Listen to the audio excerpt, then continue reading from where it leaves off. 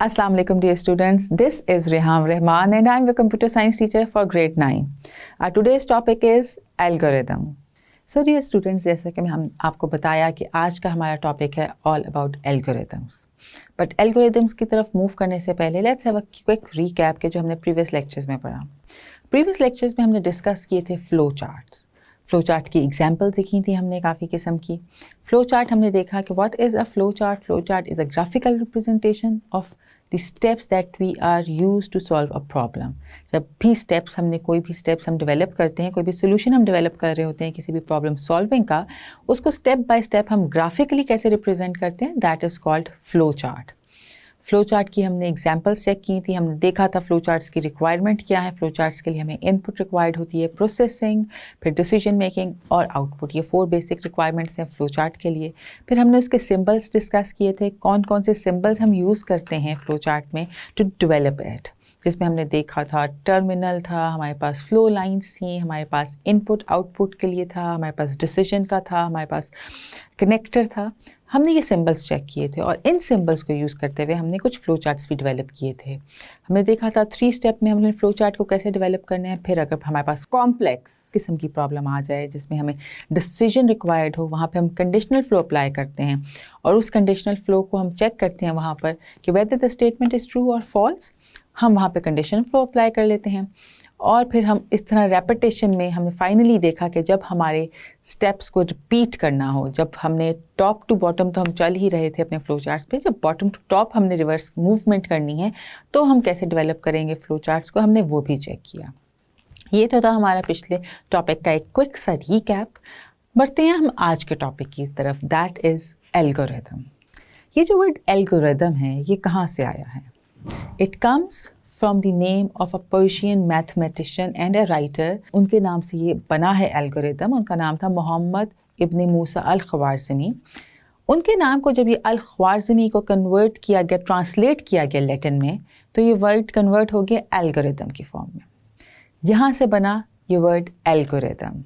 So algorithm word comes from the name of a Persian mathematician and writer Muhammad ibn Musa al-Khwarizmi. ये तो था उसका थोड़ा सा वर्ड का बैकग्राउंड. बट एल्गोरिदम्स होते क्या हैं? Algorithm is a fundamental part of a computer science. जब भी हमने प्रॉब्लम सॉल्विंग करनी होती है, algorithm plays one of the most important role in solving the problem. जब भी कोई प्रॉब्लम आती है हमारे पास, हम जब उसका सोल्यूशन की तरफ जाते हैं तो वो सोल्यूशन स्टार्ट होता है किसी प्लान से. Every problem solution starts with a plan. हमने जब भी कोई प्रॉब्लम स्टेटमेंट है हमारे पास और हम मूव कर रहे हैं उसके सोल्यूशन की तरफ, तो पहले हम एक प्लान डेवलप करते हैं कि how to do that, and that plan is called algorithm. Basically algorithm is a set of steps that we take to solve a problem. जो हम स्टेप्स ले रहे हैं किसी भी प्रॉब्लम को सॉल्व करने के लिए, that is called algorithm. Algorithm में हम वो सारे स्टेप लिखते हैं इन अ सीक्वेंस कि हमने किसी भी प्रॉब्लम को सॉल्व जब करना है, जब भी हमने उसका सोल्यूशन लेना है, तो हम कौन कौन से स्टेप्स करेंगे और किस फ्लो में करेंगे. जब हमारे पास एल्गोरिथम डेवलप हो जाता है तो हमें बहुत आसानी होती है अपनी प्रॉब्लम को सॉल्व करने के लिए. That's why algorithms play a very fundamental role in solving a problem. हमें उसको सॉल्व करने में बहुत बेहतर मदद मिल जाती है. जब हम एल्गोरिथम को देखते हैं हमें पता चलता है okay this step, this steps, this step. And above all algorithm जब भी हम डेवलप करते हैं, हम इसको कंप्यूटर लैंग्वेज में डेवलप नहीं करते, हम इसको अपनी लैंग्वेज में डेवलप करते हैं. जो लैंग्वेज हमारे लिए ईजी है, जो हमारे लिए नेचुरल है, क्लोज टू अंडरस्टैंडिंग है, हम उसमें डेवलप करते हैं. For example English. Simple English में हम इसको लिख लेते हैं. इसमें कोई प्रोग्रामिंग लैंग्वेज इन्वॉल्व नहीं होती, कोई ऐसे सिम्बल्स इन्वॉल्व नहीं होते जिस पे आपको सोचना हो कि अब क्या होगा, ये सिंबल किस चीज़ का वो है. तो इसलिए बहुत आसानी से अंडरस्टैंड हम कर सकते हैं बिकॉज ये हमारी नॉर्मल लैंग्वेज में लिखी जाते हैं. इन स्टेप्स को हम अपनी नॉर्मल लैंग्वेज में लिखते हैं, ऐसी लैंग्वेज जो हमारे लिए बहुत आसान है समझना. एल्गोरिथम समझाने के लिए हम एक बहुत ही सिंपल और बहुत ही डेली लाइफ में यूज़ होने वाली प्रॉब्लम को डिस्कस करते हैं. जैसा कि मैंने आपको इस चैप्टर के स्टार्ट में बताया था, जब हम प्रॉब्लम को डिस्कस कर रहे थे, प्रॉब्लम सिर्फ मेजर कॉम्प्लेक्स प्रॉब्लम्स नहीं होती। हम अपनी लाइफ में कोई भी जो टास्क कर रहे होते हैं, जब तक वो हम अकॉम्प्लिश्ड नहीं कर लेते, वो हमारे लिए प्रॉब्लम ही होता है। उस टाइम मैंने बात की थी, जैसे मुझे प्यास लग रही है और मुझे पानी पीना है, जब तक मैं पानी पी नहीं लूँगी तब तक के सफ़र को हम कहेंगे प्रॉब्लम है मेरे लिए। आज इसी तरह की हम एक डेली लाइफ प्रॉब्लम को चेक करते हैं, आपको एज एन एग्जाम्पल देते हैं कि अगर बिल फर्ज आपको चाय बनानी है, दैट इज़ अ प्रॉब्लम तब तक जब तक चाय बन नहीं जाएगी। तो हम उसको देखते हैं कि एल्गोरिदम में हम उसको कैसे डिस्क्राइब करेंगे। उस प्रोसेस का, चाय बनाने के प्रोसेस का, making a cup of T, उस सारे प्रोसेस को हम एल्गोरिदम में कैसे स्टेप बाय स्टेप लिखेंगे। सबसे पहला हमारा स्टेप होगा वील स्टार्ट। हमने स्टार्ट करना है। Then in the next step you will take the kettle. आप केटल लेंगे, आप पैन लेंगे, जिसमें भी आप चाय बनाते हैं आप वो लेंगे। You will pour water in it. चाय बनाने के लिए ज़रूरी है हम इसमें पानी डालेंगे केटल में और उसको हम रख देंगे स्टोव पर। आप उसको चूल्हे पर रख देंगे, आग जलाएंगे। Then you will add tea, milk and sugar, उसके अंदर आप वो डालेंगे। You will wait, then you will wait कि वो बॉयल होना शुरू हो जाए, कि जब वो बॉयल होगी, अच्छी तरह से पक जाएगी। इट डिपेंड्स ऑन यू, कोई लाइट कलर चाय पसंद करते हैं, कोई स्ट्रॉन्ग, सो ये अपना अपना टेस्ट वेरी करता है। तो हम वेट करेंगे हमें कितना बॉयल करना है अपनी चाय को। जब वो बॉयल होगी हमारी रिक्वायरमेंट के अकॉर्डिंग, हमने उस केटल को रिमूव कर दिया स्टोव से और हमारा प्रोसेस हो गया एंड। सो एक वो हमने ऐसी एग्जाम्पल देखी है जो हम डेली लाइफ में यूज़ करते हैं। हम डेली लाइफ में कितनी दफ़ा चाय बनाते हैं, तो सोचें हम कितनी दफ़ा एक प्रॉब्लम को सोल्यूशन तक लेकर जा रहे हैं अनकॉन्शियसली, हमें नहीं पता बट हम वो कर रहे हैं। It's part of our daily life. और अगर हम उसको एल्गोरिदम की फॉर्म में लिखेंगे तो वो कुछ ऐसे बन जाएगा कि आपको जब चाय बनानी है उसका एल्गोरिदम क्या है। जिस तरह हमने पहले चेक किया था जब हम फ्लो चार्ट डिस्कस कर रहे थे कि फ्लो चार्ट की क्या रिक्वायरमेंट्स है, उसी तरह एल्गोरिदम डेवलप करने की भी कुछ रिक्वायरमेंट्स हैं और रिक्वायरमेंट्स मोर और लेस सेम ही हैं हमारे पास। हमें चाहिए होती है इनपुट, हमें चाहिए होता है उस दी हुई यूज़र जो हमें इनपुट देता है उस पर फिर प्रोसेसिंग होती है और फिर वो प्रोसेसिंग के बाद आउटपुट दे दी जाती है यूज़र को। तो रिक्वायरमेंट हमारे एल्गोरिदम की भी वैसी ही है जैसे हमारे फ्लो चार्ट्स की थी। We required input from the user, then on that given input we do the processing और फिर हम output दे देते हैं यूज़र को। So algorithm is a set of instructions that show us step by step हमने कैसे अपने काम को perform करना है, how that work is going to be executed in order to get the expected result। हमने जो target रखा है, हम जो expect कर रहे हैं कि ये जो हमने problem solve करनी है, इस को जिन steps के थ्रू हम करेंगे और हमारा फिर expected result, हम जो solution expect कर रहे हैं वो हमें achieve हो जाएगा। उन सारे steps के flow को हम कहते हैं एल्गोरिदम। जब हम बना लेते हैं कि 1 2 step 1 step 2 step 3, that is called algorithm, a set of instructions. हम इंस्ट्रक्शंस दे रहे हैं कि ये वाला स्टेप आएगा उसमें हम ये करेंगे, फिर उसके बाद कौन सा स्टेप आएगा उसको हम कह रहे हैं एल्गोरिदम। और एल्गोरिदम की इंस्ट्रक्शंस को फॉलो करते हुए we can achieve the desired और expected result. Now what is the role of algorithm in problem solving?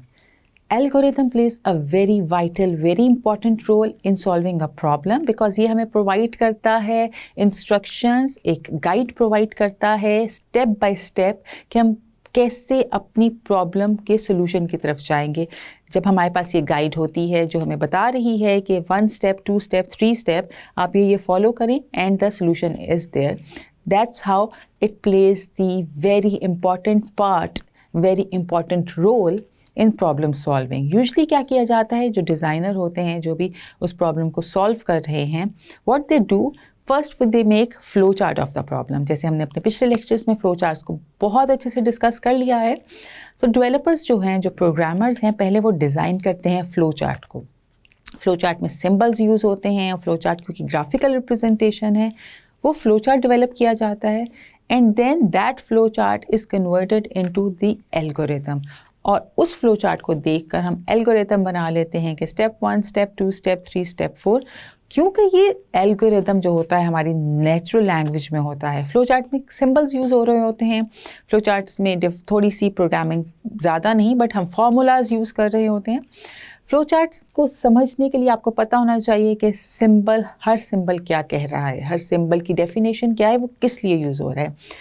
But algorithm क्योंकि it's in the natural language, हमारी जो हम डेली लाइफ में यूज़ करते हैं हमारी लैंग्वेज, हम उस लैंग्वेज में डेवलप करते हैं एल्गोरिदम को। सो इसलिए एल्गोरिदम को पढ़ना हमारे लिए ज़्यादा आसान होता है, हमें समझना ज़्यादा आसान हो जाता है कि हमने स्टेप्स को कैसे फॉलो करना है और हर स्टेप में हम क्या करना चाह रहे हैं। अब हम बात करेंगे characteristics of a good algorithm. जब हम एक अच्छा एल्गोरिदम बनाना चाह रहे हैं उसकी क्या क्या कैरेक्टरिस्टिक्स होती हैं, उसमें क्या क्या चीज़ें रिक्वायर्ड हैं हमें, जैसे कि आपको इस पिक्चर में नज़र आ रहा होगा। एल्गोरिदम जब डेवलप होता है उसमें हम कंसिडर करते हैं इन सारी चीज़ों को। अब जब ये सारी चीज़ें होती हैं देन वी कैन से कि we have developed a good algorithm. उसमें सबसे पहले हम देखते हैं कि जो एल्गोरिदम है वो क्लियर होना चाहिए, वेल डिफाइंड होना चाहिए, उसमें कोई एम्बिग्विटी नहीं होनी चाहिए। हमें पता होना चाहिए कि जो जो स्टेप्स हम परफॉर्म करने जा रहे हैं उनका रिजल्ट एक ही निकलेगा, उस स्टेप का मतलब सिर्फ एक ही है, कोई डबल मीनिंग नहीं होने चाहिए किसी भी स्टेप के, कोई कन्फ्यूजन नहीं होनी चाहिए किसी भी स्टेप में। Everything should be clear, should be well defined, should not have any ambiguity, किसी किस्म के शक और शुबा की गुंजाइश नहीं होनी चाहिए हमें किसी भी स्टेप में।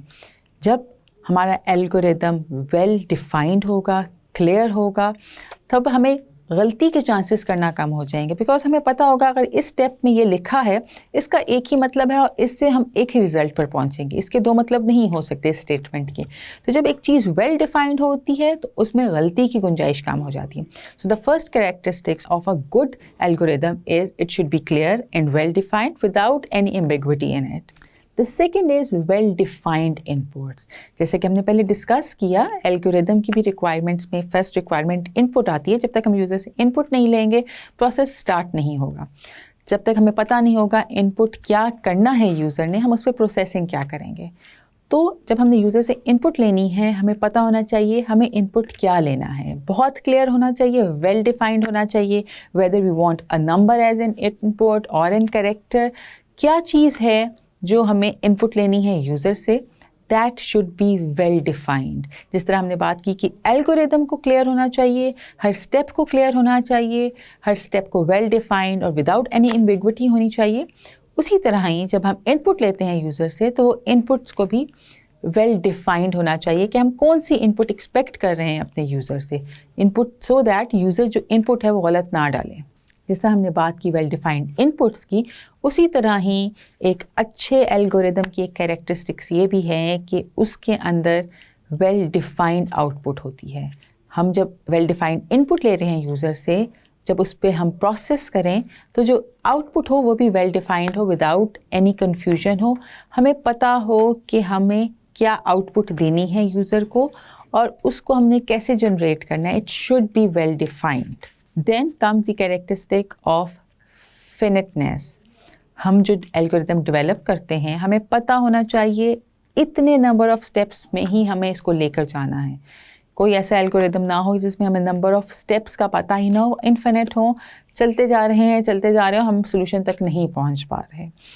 वेल डिफाइंड होने चाहिए हमारे पास नंबर ऑफ़ स्टेप्स, हमारे पास नंबर ऑफ़ स्टेप्स का पता हो कि ये इतने ही स्टेप्स में प्रोसेस होगा, हम इस प्रॉब्लम को इतने स्टेप्स में सॉल्व कर लेंगे।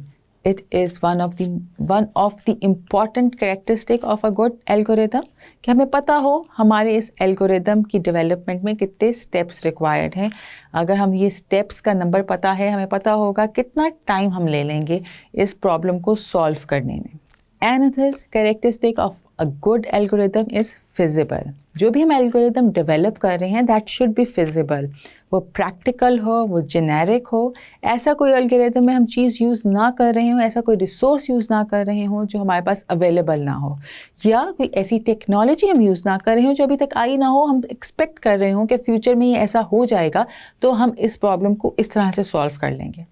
ऐसी कोई चीज़ हम यूज़ नहीं करेंगे एल्गोरिदम में जो करंटली अवेलेबल ही ना हो, जो करंटली एग्जिस्ट ना कर रही हो।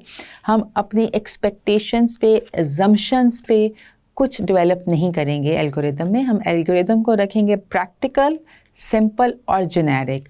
सिंपल होने चाहिए स्टेप्स उस एल्गोरिदम के, प्रैक्टिकल होने चाहिए। फिजिबिलिटी तभी होगी कि जब हम देख रहे हों कि हर चीज़ हमें पास अवेलेबल है, जो जो रिसोर्सेज हमें रिक्वायर्ड हैं उस प्रॉब्लम को सॉल्व करने के लिए, और जो जो हमने मेंशन किए अपने स्टेप में वो सारे अवेलेबल हैं। ऐसा कुछ भी नहीं हमने उसमें इंक्लूड किया जो अभी अवेलेबल नहीं है, जो अभी एक्सपेक्ट किया जा रहा है कि नियर फ्यूचर में ऐसा कुछ हो जाएगा। सो जब भी हम अपना एल्गोरिदम डेवलप करेंगे, make sure it should be simple, it should be generic and it should be practical, तभी वो एल्गोरिदम फिजिबल होगा। Last characteristic of a good algorithm is language independent. जो भी हम एल्गोरिदम डेवलप कर रहे हैं वो लैंग्वेज इंडिपेंडेंट हो। ऐसा एल्गोरिदम हो जो कि हमने लैंग्वेज में लिखा हो, जिसमें प्लेन इंस्ट्रक्शंस हों, और हम प्लेन इंस्ट्रक्शंस को किसी भी लैंग्वेज में कन्वर्ट कर लें तो हमारे पास सेम आउटपुट आए। ऐसी कोई लैंग्वेज नहीं होनी चाहिए कि अगर हम उसको ट्रांसलेट करेंगे, कन्वर्ट करेंगे किसी और लैंग्वेज में तो उसकी आउटपुट पर अफेक्ट करेगा, उसकी मीनिंग्स चेंज हो जाएंगे। एल्गोरिदम को लैंग्वेज इंडिपेंडेंट होना चाहिए, उसमें प्लेन इंस्ट्रक्शंस होनी चाहिए, बहुत मुश्किल इंस्ट्रक्शंस नहीं होनी चाहिए कि उनको कन्वर्जन में हमें प्रॉब्लम हो, उनको समझने में हमें प्रॉब्लम हो, और जब हम उसको लैंग्वेज को किसी और लैंग्वेज में ट्रांसलेट करें तो उसकी आउटपुट अफेक्ट कर जाए। So algorithm must be language independent. ऐसे एल्गोरिदम कि अगर मैंने उसको एक लैंग्वेज में डेवलप किया, उसको मैं किसी भी लैंग्वेज में डेवलप कर लूँ, उसका मतलब सेम रहेगा और उससे जो रिज़ल्ट आएगा, जो आउटपुट आएगी वो भी सेम ही रहेगी। That is called a good algorithm, जब उस पर लैंग्वेज बैरियर नहीं होगा, लैंग्वेज अफेक्ट नहीं करेगी ट्रांसलेशन के बाद। सो डियर स्टूडेंट्स, ये तो था हमारा आज का लेक्चर। उम्मीद करती हूँ आपको अच्छे से समझ आया होगा। हम मिलेंगे इंशाल्लाह अपने नेक्स्ट लेक्चर में, तब तक के लिए अपना ख्याल रखिएगा। अल्लाह हाफिज़।